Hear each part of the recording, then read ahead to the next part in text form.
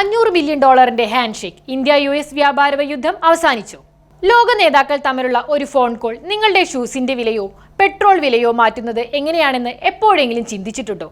വലിയൊരു വാർത്ത പുറത്തു വന്നിരിക്കുകയാണ്. ഇന്ത്യയും അമേരിക്കയും തങ്ങളുടെ വ്യാപാര ബന്ധത്തിൽ ഒരു വലിയ റീസെറ്റ് ബട്ടൺ അമർത്തിയിരിക്കുന്നു. കുറച്ചു കാലമായി ഇരു രാജ്യങ്ങളും തമ്മിൽ അല്പം അസ്വാരസ്യത്തിലായിരുന്നു. ഇന്ത്യൻ ഉൽപ്പന്നങ്ങൾക്ക് അമേരിക്ക ചുമത്തിയ നികുതി അഥവാ താരിഫ് 50% വരെ വർദ്ധിപ്പിച്ചിരുന്നു. എന്തുകൊണ്ടെന്നാൽ ആഗോള സംഘർഷങ്ങൾക്കിടയിലും ഇന്ത്യ റഷ്യയിൽ നിന്ന് ക്രൂഡ് ഓയിൽ വാങ്ങുന്നത് തുടർന്നതായിരുന്നു അമേരിക്കയെ ചൊടിപ്പിച്ചത്. ഇതിനെ റെസിപ്രോക്രസി എന്നാണ് വിളിക്കുന്നത്. അതായത് നിങ്ങൾ ഞങ്ങളെ നികുതി ഏൽപ്പിച്ചാൽ ഞങ്ങൾ നിങ്ങളെയും ഏൽപ്പിക്കും. എന്നാൽ 2026 ഫെബ്രുവരിയിലെ ഈ പുതിയ മാറ്റത്തോടെ 50% നികുതി അമേരിക്ക 18 കുത്തനെ കുറച്ചിരിക്കുകയാണ്.